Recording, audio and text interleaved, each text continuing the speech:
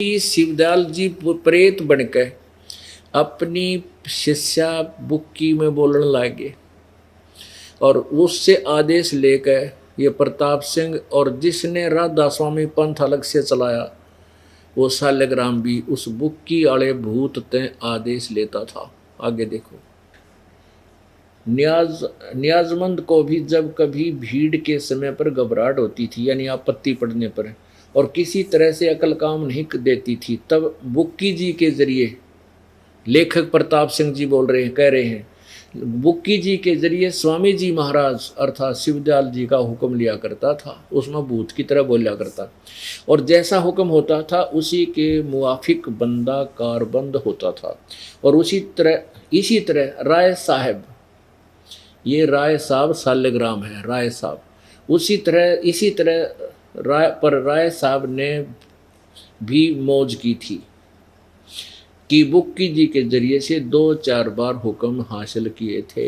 जय हो शिवदयाल जी प्रेत जी की। अपने आत्माओं थरा गजब भैया रोज पढ़ रहे हैं, अपने हाथों से लिख रहे हैं। जिसने यो राधा स्वामी पंथ चलाया इस राय साहब शालिग्राम ने, कहा वो भी हाथ जोड़कर उस भूत थे तो शिवदयाल जी भूत बन गया, बुक्की में बोल रहा था, उससे उसका आदेश लिया करता है आगे किए करूँ।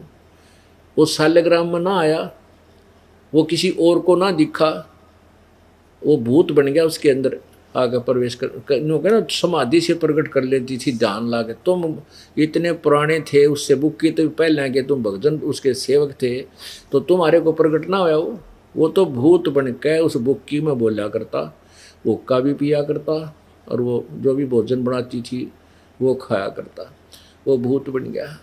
और थरा एक भक्त बताओ था ने बोला जी मेरा चाचा इस राधा स्वामी पंथ से 30 साल तक नाम ले रहा था और मर गया और वो चूरमा खाया करता घना शौक से, वो भूत बन गया। तो वो फिर जो कहता अपनी पुत्र बधू माँ का बोला करता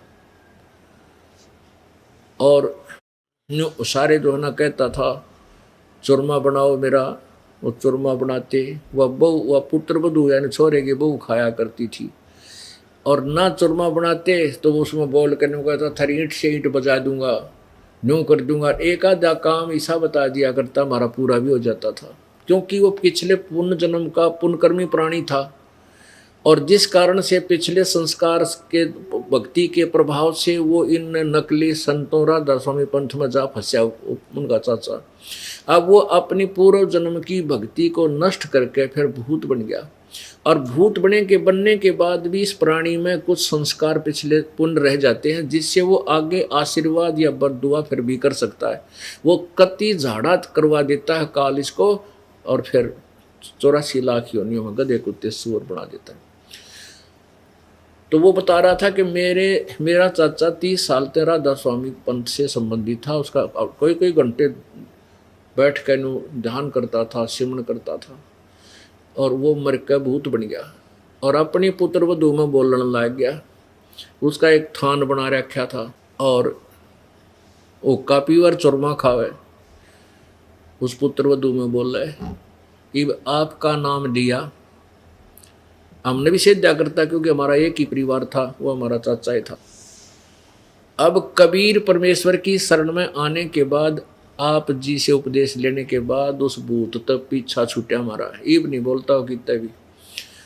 अब परमात्मा कबीर परमेश्वर जी कहते हैं कि इन ऐसे गुरुओं ने, नकली गुरुओं ने देश के देश बिगाड़ दिया, गांव के गांव बिगाड़ दिए। अब कितना बड़ा पंथ बन गया राधा स्वामी पंथ है भगवान, कोई गांव खाली नहीं जिसमें 100-200 व्यक्ति ना हो। और फिर उससे अलग हुआ ये पंथ धन धन सतगुरु, ये भी राधा स्वामी पंथ से ही निकली हुई एक ब्रांच है। इन्होंने नाम न्यारा रख लिया, ये एक ही कुएं का पानी है।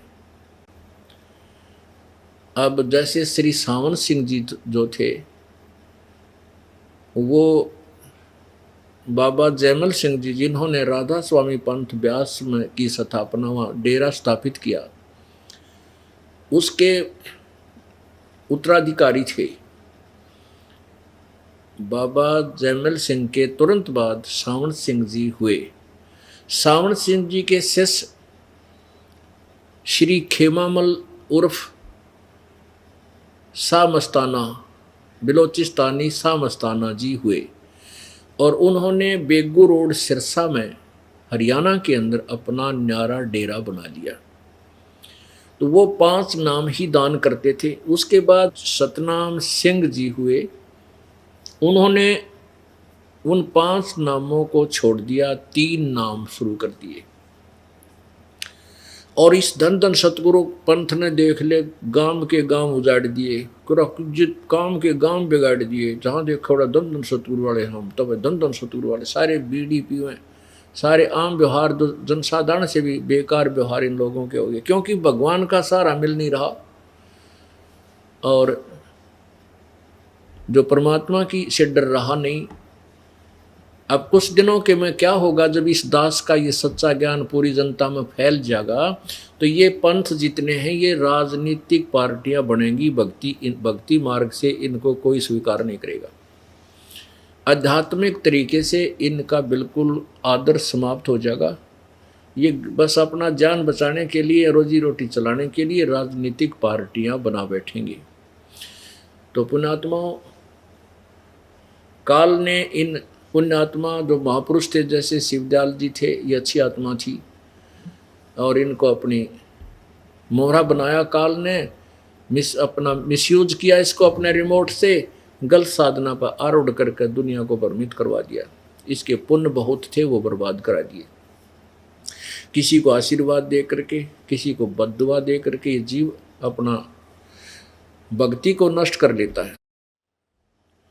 इसी प्रकार जो अच्छी आत्मा थे श्री बाबा जैमल सिंह जी, पुण्यकर्मी प्राणी थे, पिछले जन्म के संस्कार अच्छे थे, भविष्य का कुछ भी उनसे नहीं बना। और इसी प्रकार सावन सिंह जी, अब ये कहते हैं कि वो घंटों ध्यान लगाया करते थे। अरे ध्यान कहाँ लगाओगे, तुम्हारा ज्ञान ही गलत है। तुम्हें ये नहीं मालूम सचखंड सतनाम किसने कहे हैं, सचखंड के है, सार सब नाम के है, सार शब्द क्या है। और सतपुरुष तुम एक ही कह रहे हो, यही सार नाम, उसी को वही सार नाम है। सतनाम को सार, सतनाम को सतलोक, सचखंड, सतपुरुष, सार नाम, सार शब्द और सतपुरुष भी कहते हैं। अरे थारा गजब। जिसने कभी जिंदगी में ना कार देखी जीवन में, ना पेट्रोल, ना सड़क, ना शहर देखा, और वो बैठ के कहीं ढेंग मार रहा हो नशे में कि मैं कार में घूम के आता हूँ, कोई पूछे वो कहाँ घूमते हो, सड़कों पर घूमते हैं, वो सुनी सुनाई, शहरों में घूमता हूँ।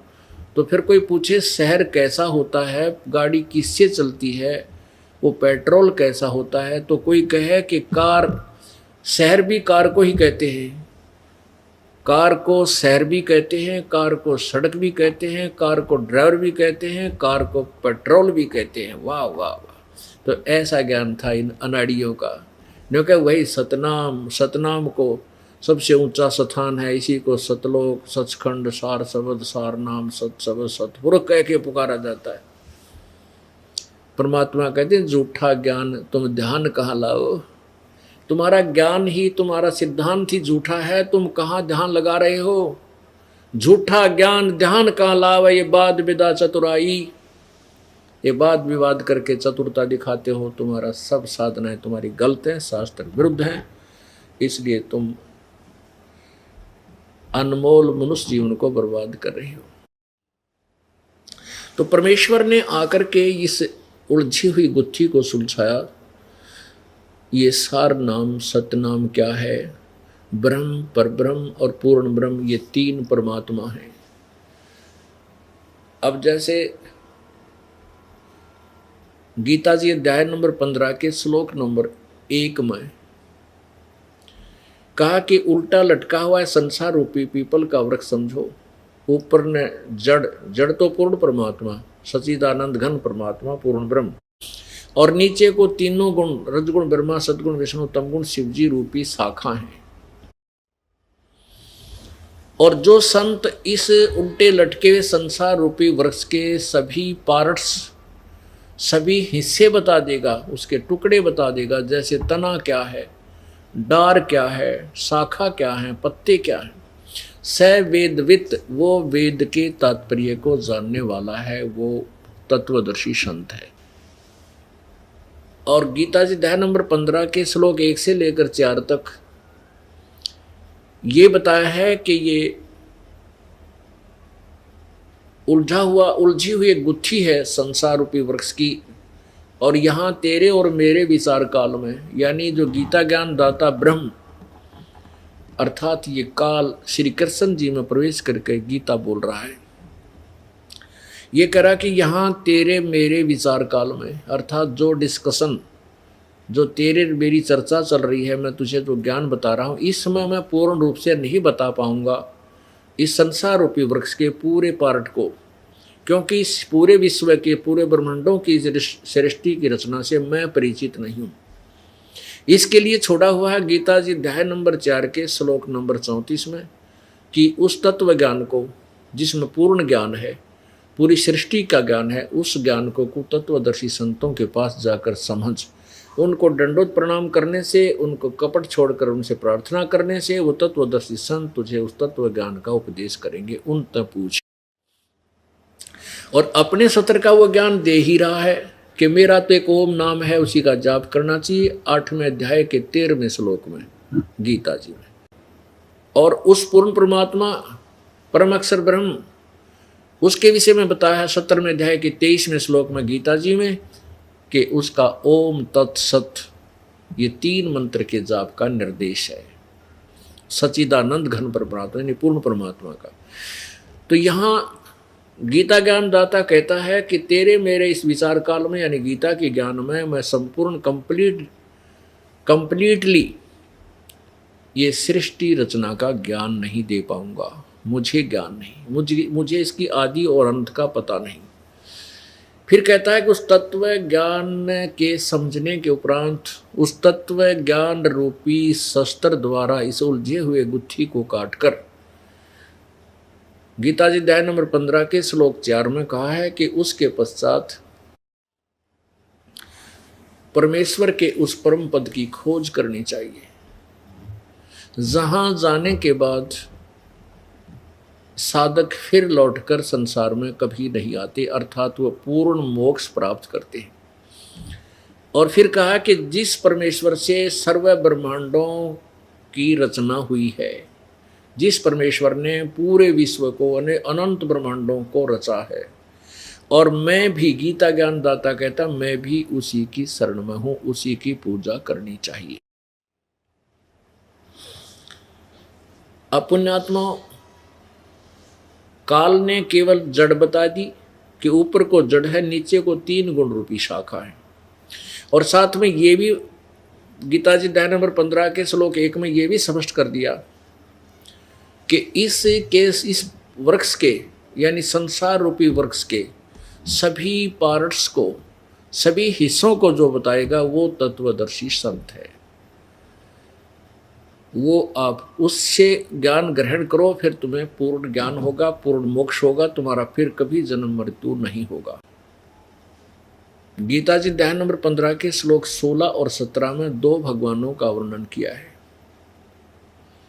उसमें क्या बताया है कि क्षर पुरुष और अक्षर पुरुष, क्षर पुरुष और अक्षर पुरुष। क्षर पुरुष कहते हैं ब्रह्म को, ज्योति निरंजन काल को। अक्षर पुरुष कहते हैं परब्रह्म को।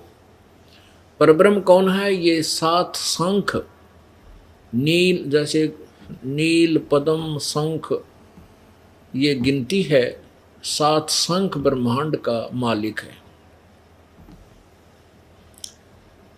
और परम अक्षर ब्रह्म इनसे भिन्न, इन दोनों से भी अलग है, जो सुप्रीम पावर है, कुल मालिक है, और वो असंख्य ब्रह्मांडों का मालिक है। असंख्य यानी ओवर ऑल कंट्रोल परम अक्षर ब्रह्म है, आर और ऑल ओवर कंट्रोलर यानी कुल का मालिक।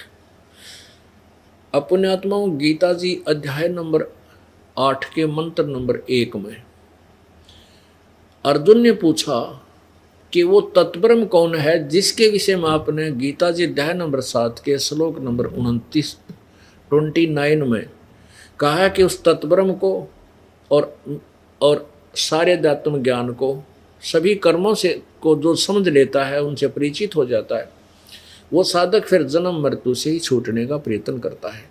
इस संसार की कुछ भी वस्तु नहीं चाहता। वो किम, वो कौन, वो तत्ब्रह्म कौन है? 8वें अध्याय के, गीता जी के 8वें अध्याय के प्रथम मंत्र में अर्जुन ने प्रश्न किया भगवान से, काल से, जो श्री कृष्ण जी में बोल रहा था। तो भगवान ने उत्तर दिया 8वें अध्याय के 3रे मंत्र में कि वो परम अक्षर ब्रह्म है। अब ये परम अक्षर ब्रह्म कौन है, इसके विषय में 15वें अध्याय के 16 और 17 में क्लियर पिक्चर हो जाती है। उसमें क्या कहा कि इस संसार में 2 प्रकार के भगवान हैं जो वेल नोन है। ये संसार क्यों कहा? क्योंकि 7 संख ब्रह्मांड पर ब्रह्म के और 21 ब्रह्मांड ये ब्रह्म के अर्थात काल के, ज्योति निरंजन के, ये सभी एक ही तत्व से, पृथ्वी तत्व से बने हैं। ये नाशवान है। इसलिए इस लोक में ये भी सारे को भी एक ही लोक बोला गया है। और जो सतलोक, ऊपर के लोक हैं, अगमलोक, अलखलोक, अगमलोक, वो और अनामी लोक, वो सथाई जो है स्थान है, वो अजरो अमर हैं, वह कभी नष्ट नहीं होते।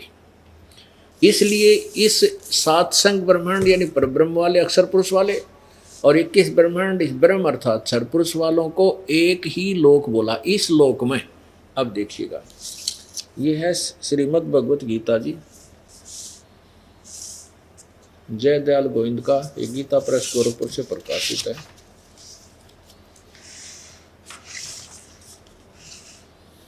प्रकाशक एवं मुद्रक गीता प्रेस गोरखपुर, गोविंद मोहन कार्यालय, कलकत्ता का संस्थान। अब इसमें देखें 15वां अध्याय। अब हम इसमें आपको 16 और 17 श्लोक दिखाएंगे।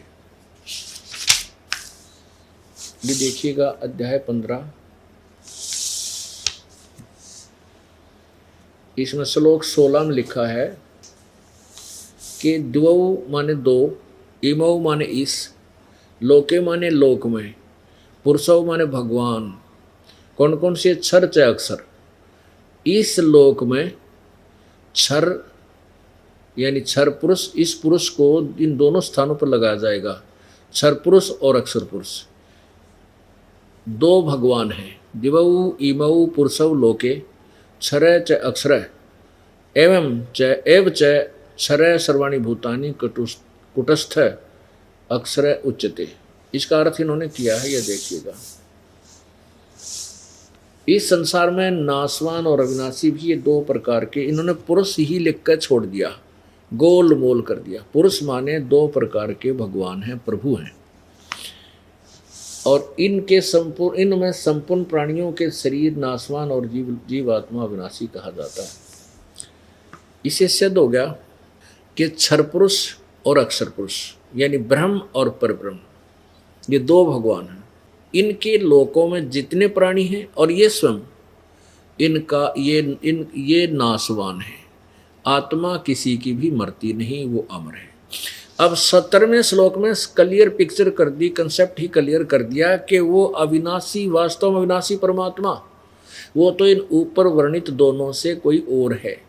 इसमें इसलिए क्लियर करना पड़ा प्रभु ने कि जैसे अक्षर पुरुष को भी अविनाशी कहते हैं, क्षर तो नाशवान है, क्षर जो है अक्षर, क्षर तो नाशवान है, अक्षर जो नाश अविनाशी है, जो उसका नाश नहीं होता। अब इसका डिफरेंशिएट करने के लिए कि अक्षर माने भी अविनाशी होता है, तो फिर इसलिए लिखा कि वो वास्तव में अविनाशी, तो इन दोनों से भी कोई और है, इन दोनों से भी कोई और है, वही वास्तव में परमात्मा के गुणों से युक्त है। अब देखो कितना क्लियर कंसेप्ट किया कबीर परमेश्वर जी ने। जैसे आपको बताया कि ब्रह्म यानी काल के विषय में कहा कि ये विष्णु रूप में दर्शन देता है, इसलिए इस विष्णु की संज्ञा से भी इसको बोला जाता है कि विष्णु भगवान का प्रथम रूप तो पुरुष है भगवान के साथ, और परम रूप इसका काल है। तो इससे सिद्ध है कि ये वास्तव में परमात्मा नहीं है। इसी प्रकार क्षर पुरुष, और इसके बारे में जो परम अक्षर पुरुष, परम अक्षर ब्रह्म, गीता जी अध्याय नंबर 8 के श्लोक नंबर 3 में जिसके विषय में लिखा है कि वो परम अक्षर ब्रह्म है, वो ही वास्तव में अविनाशी है वही परमात्मा बोला जाता है। परमात्मा माने सुख सुख दे, जो दुख नहीं देता उसको परमात्मा कहते हैं। अब देखिएगा गीता जी अध्याय नंबर 15 का श्लोक 17 देखें। 16 आपने पढ़ लिया, 17 उत्तम पुरुष है यानी पुरुषोत्तम। उत्तम पुरुष कहो चाहे पुरुषोत्तम कहो। उत्तम पुरुष है तो अन्य परमात्मा इति उदाहरत है, जिसको परमात्मा कहा जाता है। यानी यू है परमात्मा, जिसको परमात्मा की वास्तविक संज्ञा से संबोधित किया जाना चाहिए। लेकिन ये भी परमात्मा कहाँ में है, क्योंकि इनके लोक में ये मालिक हैं, लेकिन ये वास्तव में परमात्मा नहीं है। दुख देते हैं, सुख नहीं दे सकते। उत्तम पुरुष तो अन्य, इस 17वां श्लोक है 15वें अध्याय का गीता जी का। उत्तम पुरुष तो अन्य, उत्तम पुरुष तो अन्य ही है जो तीनों लोकों में प्रवेश करके सबका धारण पोषण करता, अविनाशी परमेश्वर परमात्मा इस प्रकार कहा गया है। अब आपके समक्ष ये स्पष्ट हुआ कि जो परम अक्षर ब्रह्म है, जो क्षर पुरुष यानी अक्षर पुरुष, ये तीन परमात्मा सिद्ध हो गए। क्षर पुरुष कहो, इसे ब्रह्म कहो या ईश कहो, और अक्षर पुरुष कहो चाहे इसे अक्षर ब्रह्म कहो, पर ब्रह्म कहो, इसे ईश्वर कहो। और तीसरा जो है ये परम अक्षर ब्रह्म कहो, परम अक्षर पुरुष कहो, और इसको परमेश्वर कहो, सत्य पुरुष कहो, अविनाशी परमात्मा कहो। वो परम अक्षर ब्रह्म, वो तीसरा प्रभु है। उसी की पूजा करने से जीव की जन्म और मृत्यु सदा के लिए समाप्त हो जाएगी। और किसी भी प्रभु की भक्ति करने से जीव जन्म मृत्यु के कष्ट से नहीं छूट सकता, केवल कर्म भोग ही मिलेंगे। अब जैसे गीता जी अध्याय नंबर 4 के श्लोक नंबर 5 में गीता ज्ञानदाता कहता है, ये ब्रह्म कहता है कि अर्जुन तेरे और मेरे बहुत जन्म हो चुके हैं, तू नहीं जानता मैं जानता हूं। गीता जी अध्याय नंबर 2 के श्लोक नंबर 12 में गीता ज्ञानदाता कहता है कि अर्जुन ये मत समझ के मैं तू और ये सब सैनिक जो युद्ध में खड़े हैं, पहले अपना जन्म नहीं था या आगे ना होंगे। तो ऐसा ना समझ के इस भावार्थ है कि हम पहले भी जन्मे थे, अब भी अपना जन्म है, आगे भी जन्मते रहेंगे। गीता जी अध्याय नंबर 2 के श्लोक नंबर 17 में कहा है कि वास्तव में अविनाशी परमात्मा तो उसे जान जिसे मारने में कोई समर्थ नहीं है, और जिससे सभी ब्रह्मांडों की रचना हुई है। तो पुण्यात्माओं, अब इसको थोड़ा सा विस्तृत विश्लेषण इसका देना पड़ेगा, विस्तार से बताना पड़ेगा कि ये क्षर पुरुष, अक्षर पुरुष और परम अक्षर पुरुष यानी परम अक्षर ब्रह्म। अब जैसे अक्षर पुरुष भी अविनाशी कहा जाता है, लेकिन इससे अलग जो परम वास्तव में अविनाशी परम अक्षर ब्रह्म बोला है, उसकी इनको आपस में इनका भिन्नता बताने के लिए एक एग्जाम्पल है। जैसे एक मूर्ति बनी हो मिट्टी की, यानी कोई भी पात्र देख लीजिए, जैसे ये चाय पीने का प्याला होता है, सफ़ेद सा बना होता है, कितना सुंदर, और इसका हमें पता है कि एक बार हाथ से छूट गया और फर्श पे गिर गया, नीचे ज़मीन पे पक्की पे पड़ते फूटेगा, टुकड़े टुकड़े हो जाएगा। ये तो क्षर पुरुष है। और एक स्टील का यानी इस्पात का चाय का प्याला बना हुआ है, चाय पीने का प्याला यानी कप स्टील का है, वो ऐसे गिरने से नहीं टूटता, वो उस मिट्टी वाले कप की तुलना में बहुत स्थायी है। लेकिन वो स्टील को भी एक दिन जंग लगेगा, उसका वो नष्ट होगी, समय भले ही ज़्यादा लग जाए।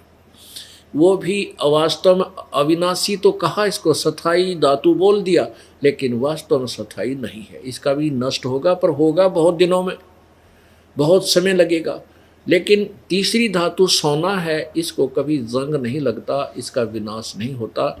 इसी प्रकार ये तीन परमात्माओं की स्थिति आपको बताते हैं। जैसे इस क्षर पुरुष क्षर ब्रह्म की यानी ब्रह्म की मृत्यु कैसे होगी, कब होगी, कितना समय लगेगा, इसको वर्षों में समय इनका नहीं गिना जा सकता, इतनी लंबी उम्र है इनकी। इस क्षर पुरुष यानी ब्रह्म अर्थात काल के बेटे हैं तीन, रजगुण ब्रह्मा, सतगुण विष्णु, तमगुण शिव जी। अब ब्रह्मा जी की आयु से चलते हैं। ब्रह्मा जी की आयु कितनी है, इनका दिन कितना है। ब्रह्मा जी का दिन 1000 चतुर्युग का है। ये ध्यान रखना, 1000 युग में और 1000 चतुर्युग में बहुत अंतर है। 1000 युग का है। गीता जी अध्याय नंबर 8 के श्लोक नंबर 16 में 1000 युग लिखा है। वो परब्रह्म के विषय में, इस अक्षर पुरुष के विषय में उसकी आयु का ब्यौरा है, जानकारी है। और इन अज्ञानी अनुवादकर्ताओं ने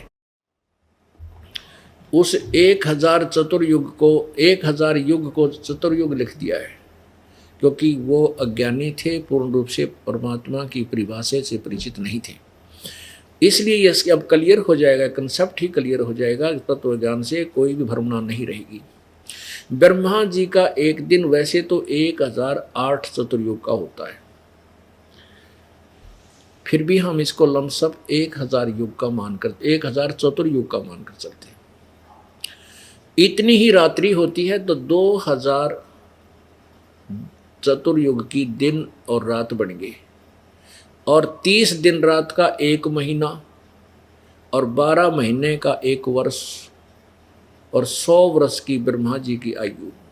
ब्रह्मा जी के 50 वर्ष पूरे हो चुके इस प्रकार के वर्ष, और 51 माह चल रहा है, तो वो पिछले शेष 50 भी पूरे होंगे और ब्रह्मा जी की मृत्यु होगी। अब एक चतुर्युग में कितने वर्ष होते हैं? 4 युग, सतयुग, त्रेता, द्वापर और कलयुग। इसमें 43,20,000 वर्ष होते हैं एक चतुर्युगी में। इन चारों युगों में 43,20,000 वर्ष होते हैं, और ऐसे 1000 चतुर्युग की ब्रह्मा जी की रात दिन, और इतनी ही रात और तेरा गजब, और 2000 चतुर्युग का दिन रात बन गई, और 30 दिन रात का 1 महीना, और 12 महीने का वर्ष, 100 वर्ष की आयु ब्रह्मा भी मरेगा।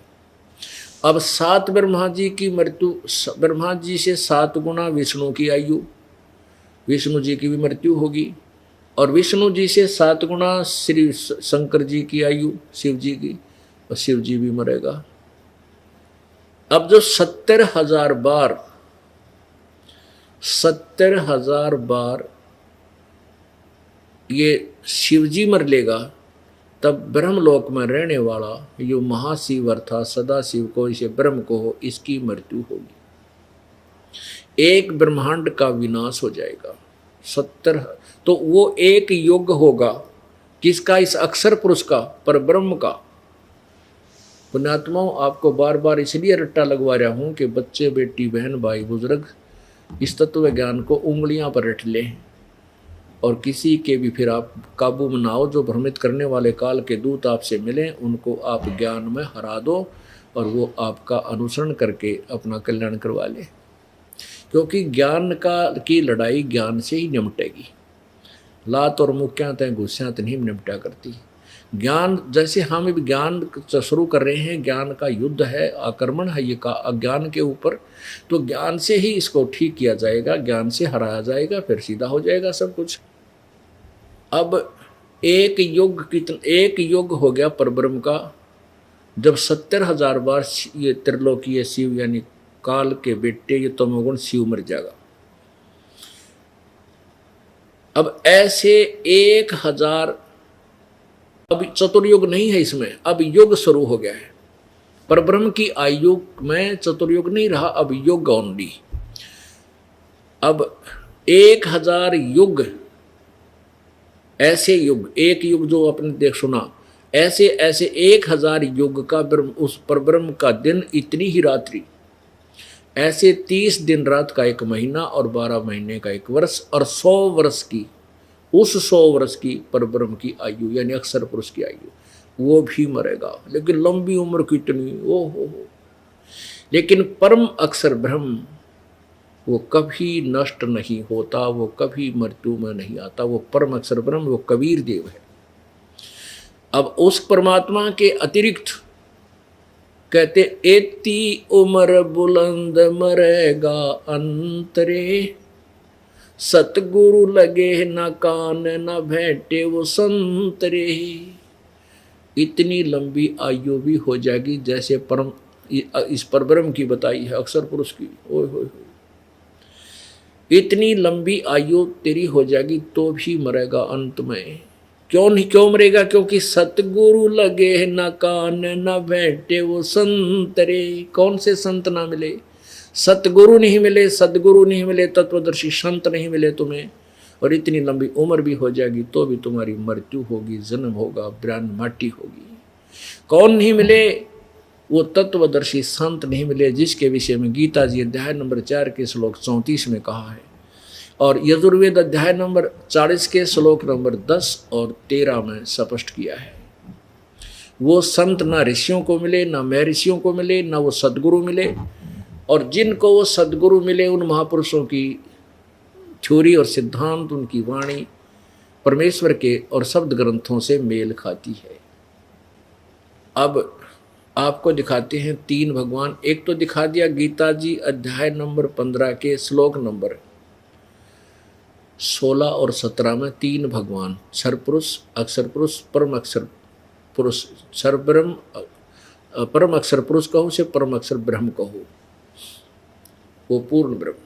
अब गीता जी अध्याय नंबर 7 के श्लोक 24-25 में कहा है कि मुझ अव्यक्त, वो गीता ज्ञान दाता यानी ये ब्रह्म कहता है कि ये अज्ञानी जन समुदाय मुझे कृष्ण मान रहा होगा, मुझे व्यक्ति रूप में आया कृष्ण रूप में मानता है। मैं कृष्ण नहीं हूँ, मैं तो अपनी योग माया से छुपा रहता हूँ, मैं कभी अपने वास्तविक रूप में किसी के समक्ष नहीं होता। मैं अव्यक्त हूँ। अव्यक्त का अर्थ होता है वो वस्तु, जो कोई भी चीज है, वस्तु है, वो कहीं पर है लेकिन हमारी पहुंच से, हमारी दृष्टि से दूर है, ओझल है। जैसे बादल छा जाते हैं दिन में, दिन के समय बादल छा जाते हैं और सूर्य के सामने अड़ जाते हैं, सूर्य अदृश्य हो जाता है, अव्यक्त हो जाता है, हम उसे देख नहीं सकते, लेकिन बादलों से पार वो सूर्य विद्यमान है। उसको निराकार नहीं कह सकते। अव्यक्त का अर्थ निराकार नहीं हो सकता।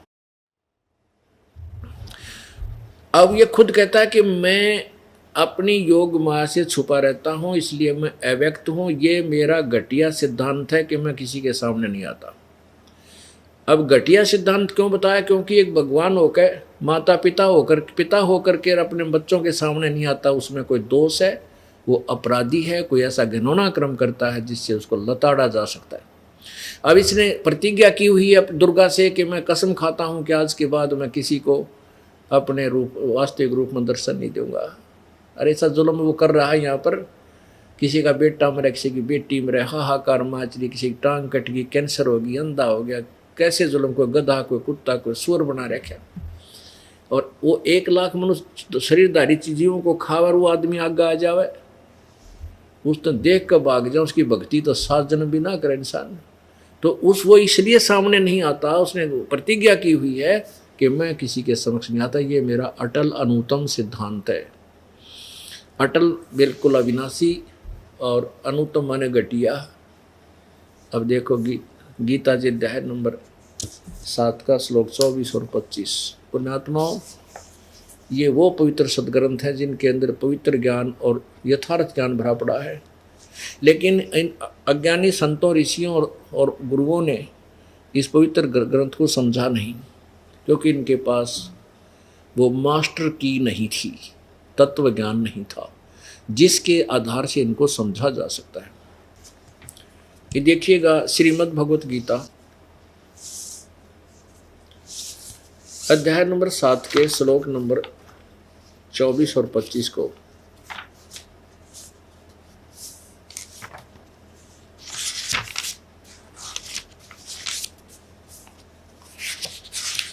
अध्याय नंबर 7 श्लोक नंबर 24। बुद्धिहीन पुरुष मेरे अनूतम अविनाशी परम भाव को न जानते हुए अव्यक्तम मन इंद्री से परे, यानी इनसे दूर हूं मैं। अव्यक्त माने कहीं दूर है। मां मन मुझ, सच्चिदानंद गंते इस लेखक ने अनुवाद करता ना बनाई है।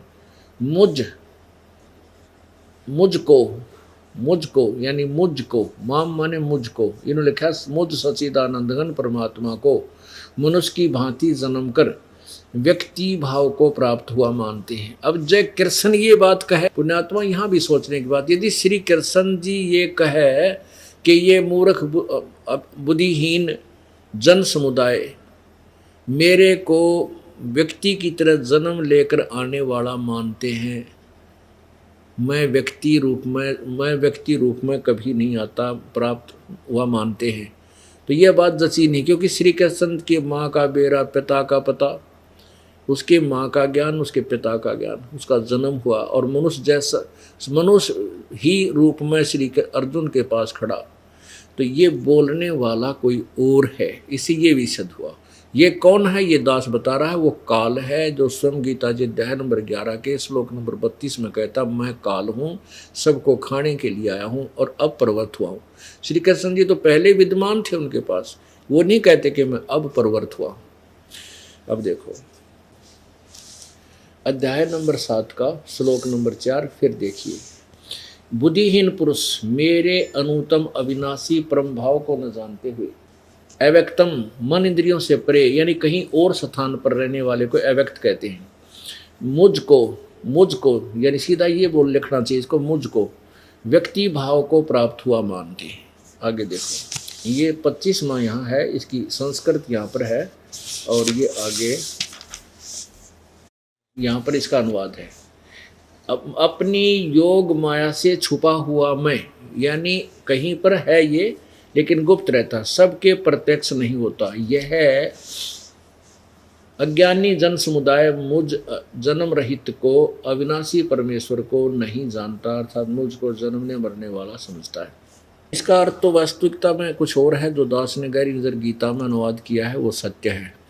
अब हम सिर्फ अपने निष्कर्ष जो हम उद्देश्य लेकर चले क्लियर करने के लिए स्पष्ट जो करना चाहते हैं कंसेप्ट, उसमें 3 भगवान सिद्ध करने। एक तो ये हो गया अव्यक्त, ये अव्यक्त हो गया ब्रह्म, ये क्षर पुरुष काल अपने बारे में कहता है, अपने आत्मा, ये तत्व ज्ञान है।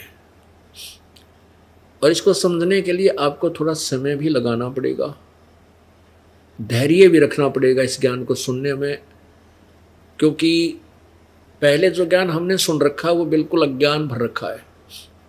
उसके विपरीत जो भी हम सुनते हैं एकदम माइंड जो हमारा मन है सट्राई कर जाता, नहीं ऐसा नहीं, ऐसा नहीं, ऐसा नहीं। लेकिन ये कब तक करेगा? जब तक ये प्रत्यक्ष प्रमाण नहीं देखेगा। प्रमाण देखने के बाद फिर ये सेट होगा, क्योंकि वो अज्ञान भी हमने सुनते सुनते कितने वर्ष बीत गए, 50 वर्ष, 40 वर्ष, 60 वर्ष, 70 वर्ष। अब इस ज्ञान को सुनेंगे, ऐसे रह रह कर सुनेंगे तो जगह बना जाएगा और वो अज्ञान भाग जाएगा। और ज्ञान सब ज्ञानड़ी, कबीर ज्ञान सो ज्ञान, जैसे घोड़ा तोब का भाई करता चले मैदान। तारा मंडल बैठ कर ये चांद बढ़ाई खावे, उदय हुआ जब सूरज का ये स्यों तारों छिप जावे। अब ये तत्व ज्ञान रूपी सूर्य उदय हो रहा है। सूर्य जब उदय होने लगता है थोड़ी सी रोशनी होती है, उसमें भी बहुत प्रकाश हो जाता है और चांद और सितारे फिर भी फीके पड़ जाते हैं। जब ये शिखर में आएगा फिर चांद और सितारों का अस्तित्व समाप्त हो जाता है, विद्यमान होते हुए भी उनकी कदर नहीं रहती।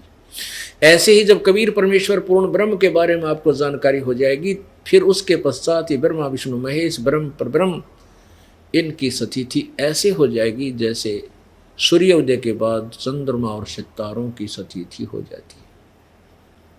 जैसे गीता जी अध्याय नंबर 2 के श्लोक नंबर 46 में कहा कि अर्जुन, बहुत बड़े जलाशय की प्राप्ति के उपरांत छोटे जलाशय में जैसी आस्था रह जाती है, ऐसी स्थिति तेरे मन की उस समय हो जाएगी जब तत्व ज्ञान के आधार से तो परम अक्षर ब्रह्म पूर्ण परमात्मा से तत्वदर्शी संतों से परिचित होकर ज्ञान से प्राप्त करके उस ज्ञान को उस परम अक्षर ब्रह्म से परिचित हो जाएगा। उसके बाद तेरे मन की स्थिति ऐसी हो जाएगी जैसे पहले पुराने समय में क्या होता था कि सभी व्यक्ति जोड़ों तालाबों के ऊपर आश्रित होते थे, उसी से सिंचाई करते थे, उसी में नहाते धोते थे, उसी से पानी पीते थे।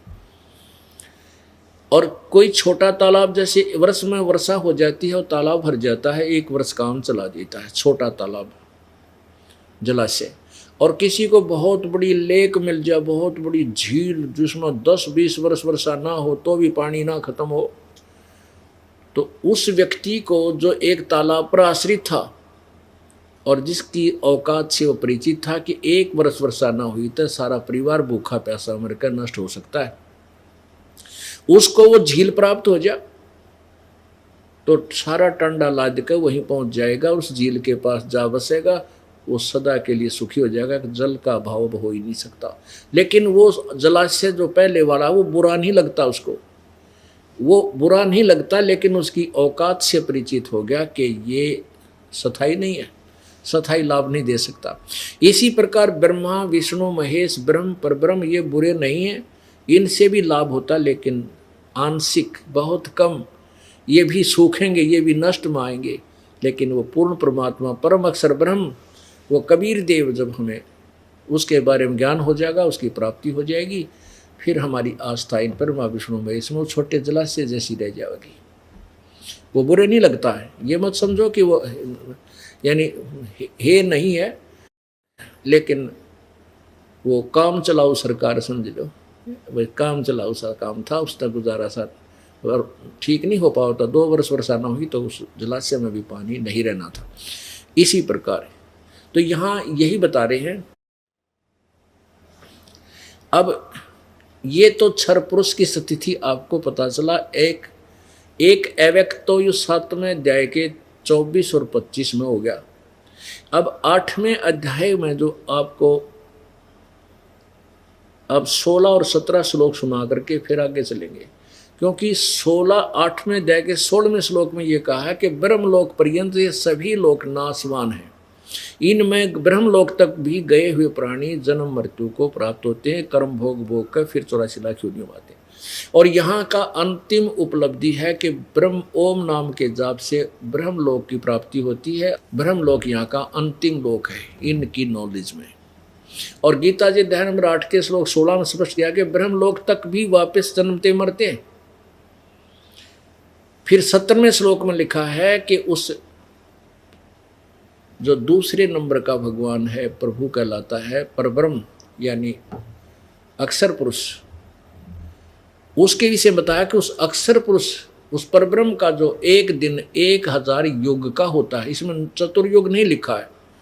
यदि ये अनुवाद करता है इसकी गलती करते हैं, इसको चतुर्युग लिखते हैं तो वो गलत लिखते हैं, क्योंकि भगवान को भूल गया उसमें चतुर्युग लिखना। वो चतुर्युग लिख सकता था, लेकिन ये चतुर्युग नहीं आता यहाँ पर। केवल उस ब्रह्म माने उस बड़े भगवान यानी इस ब्रह्म से दूसरे भगवान के विषय में यहाँ ब्रह्म ने लिखा है। देखिएगा अध्याय नंबर 8 का और श्लोक नंबर 16। हे अर्जुन, ब्रह्मलोक पर्यंत सब लोग पुनर्वृत्ति में है, इनका जन्म और मृत्यु होता है, जन्मते मरते। आगे 17वें में लिखा है, इन्होंने ब्रह्मणे का अर्थ ब्रह्मा कर दिया। नहीं, ब्रह्मणे का अर्थ होता है परब्रह्म, यानी इस ब्रह्म से नेक्स्ट बड़ा भगवान। ब्रह्म का जो एक दिन है उसको 1000 इन्होंने चतुर्युग का अवधि वाला लिख दिया। नहीं, यहाँ सहस्र युग पर्यंतम, इसमें चतुर्युग नहीं लिखा। सहस्र चतुर्युग नहीं है, सहस्र युग पर्यंतम 1000 युग, ओनली युग लिखना है, नोट चतुर्युग। युग की अवधि वाला और रात्रि को भी इस सहस्र, इसमें चतुर्युग नहीं है, सहस्र युग योग सहस्रांताम, 1000 युग वाली, मानो इनमें चतुर्युग लिखा, गलत लिखा, 1000 युग वाली जो पुरुष तत्व से जानता है वह योगीजन काल के तत्वों को जानते हैं। अब ये भी स्पष्ट कर दिया कि इस परब्रह्म का एक दिन 1000 युग का इतनी रात्रि होती है, और इसको तत्व से जो जानता है वो इस काल से परिचित है, वो संत। अब 17वें में स्पष्ट हो गया। अब 18वें में देखो, 8वें अध्याय का 18वां श्लोक, गीता जी के 18वें अध्याय का 18वां श्लोक। संपूर्ण चराचर भूतगण यानी सभी प्राणी, ये ब्रह्मा के दिन में, ये ब्रह्मा नहीं है, यहाँ पर परब्रह्म लिखना चाहिए, परब्रह्म के, क्योंकि परब्रह्म से चला हुआ आ रहा है ये। परब्रह्म के दिन के प्रवेश काल में अव्यक्त से, अर्थात इन ब्रह्मा का लिख दिया, परब्रह्म के सूक्ष्म शरीर से उत्पन्न होते हैं। इसमें अव्यक्तात् का अर्थ है परब्रह्म से दूसरे नंबर का जो अव्यक्त उत्पन्न होते हैं, और रात्रि ब्रह्मा की नहीं, परब्रह्म की रात्रि के प्रवेश काल में उस अव्यक्त नामक ब्रह्मा के नहीं, परब्रह्म के सूक्ष्म शरीर में लीन हो जाते हैं। अब देखो 19 में क्लियर होगा इससे। हे पार्थ, वही यह भूत समुदाय उत्पन्न होकर प्रकृति के वश हुआ, रात्रि के प्रवेश काल में लीन होता है, दिन के प्रवेश काल में उत्पन्न होता है। 20 में देखना, परंतु उस अव्यक्त से जो परे दूसरा अर्थात विलक्षण जो सनातन अव्यक्त भाव है, उस परम देव पुरुष वह परम देव पुरुष सब भूतों के नष्ट होने पर भी कभी नष्ट नहीं होता। अब पुण्यात्मा अनुवाद करता था विचलित है, इनको कह का पता नहीं था भक्ति मार्ग का। अब ये 3 अव्यक्त भगवान, 3 अव्यक्त हो गए। प्रथम अव्यक्त ये ब्रह्म, गीता जी अध्याय नंबर 7 के श्लोक 24-25 में।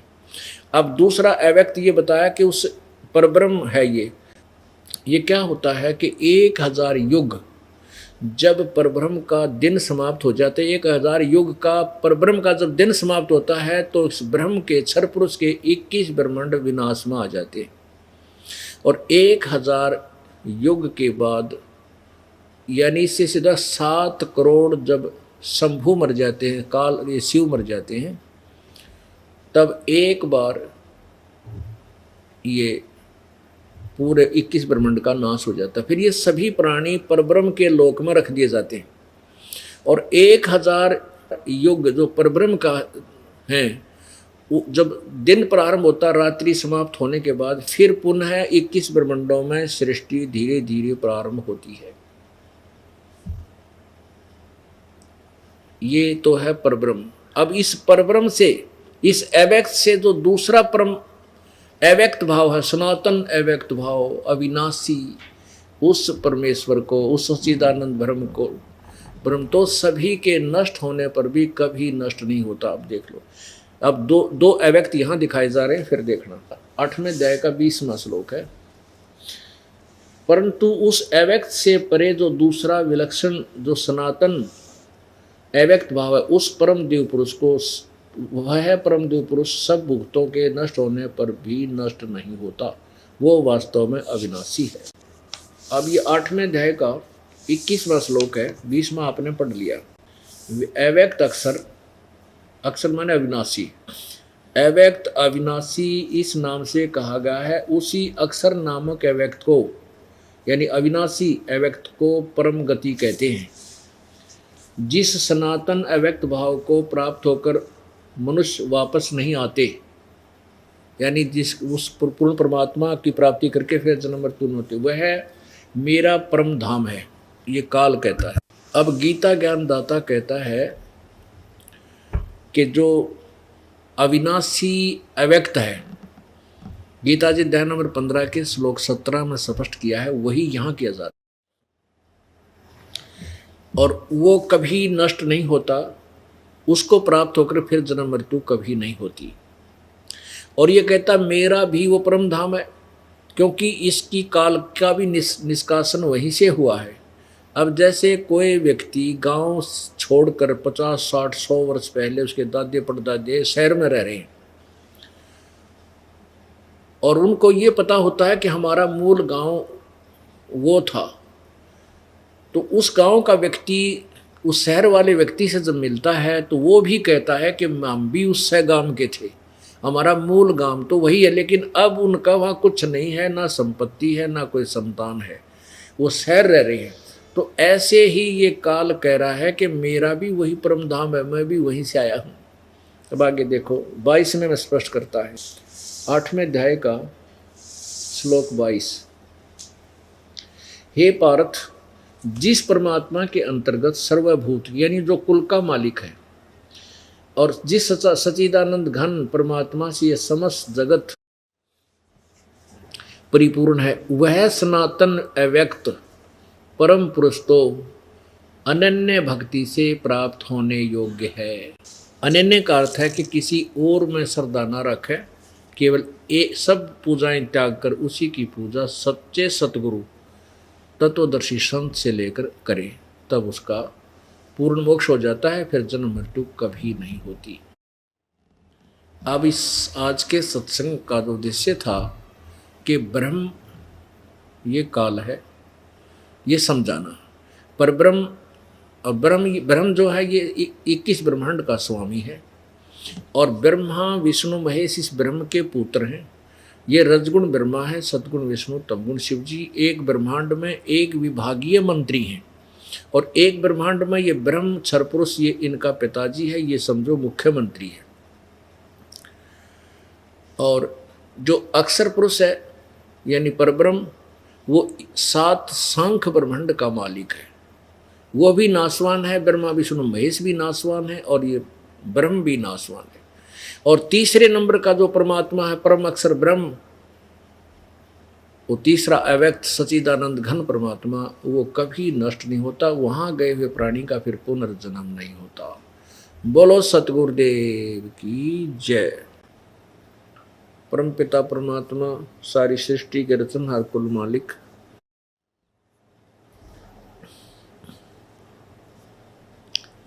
कबीर देव, कबीर साहब, कबीर प्रभु, कबीर परमेश्वर, अल्लाहु अकबर, अल्लाह कबीर, हक्का कबीर, ये उसी पूर्ण परमात्मा के भाषा भिन्न नाम है। कबीर देव उस परमेश्वर का वास्तविक नाम है। हम उसे कबीर साहब कहते हैं। वेदों में कबीर देव लिखा है, हम उसे कबीर देव कहें, कबीर देव, क्योंकि हम वह को बै बोलते हैं अपने लोकल लैंग्वेज में। वेदों में कबीर देव लिखा है। कबीर अग्नि, कबीर अंगारी। तो इस प्रकार उस कबीर को हम कबीर बोलते हैं, तो उसी के ये भाषा भी नाम है। उसको कबीर अल्लाह, अल्लाहु अकबर, अल्लाहु अकबर, अकबर माने कबीर।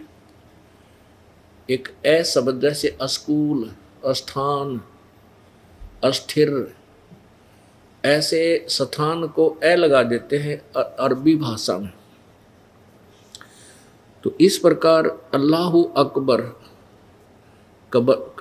कबीर को अकबर, अकबरू, अकबरी, अकबीर ऐसे बोल देते हैं। तो अल्लाहु अकबर भी उस कबीर परमेश्वर की तरफ ही संकेत है।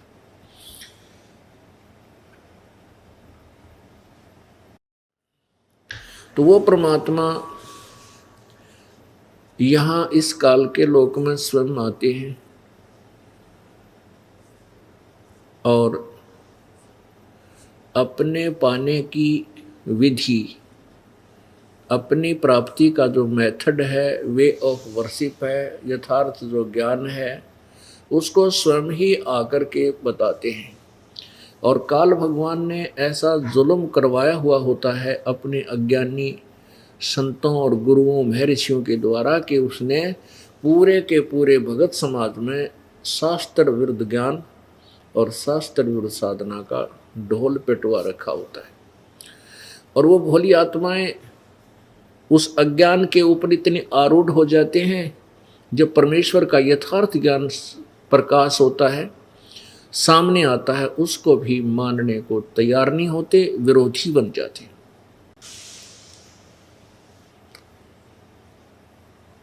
जब परमात्मा सन 1398 में आकर के एक शिशु रूप धारण करके प्रकट हुए थे कबीर देव, और 120 वर्ष तक प्रभु रहे थे। सन 1500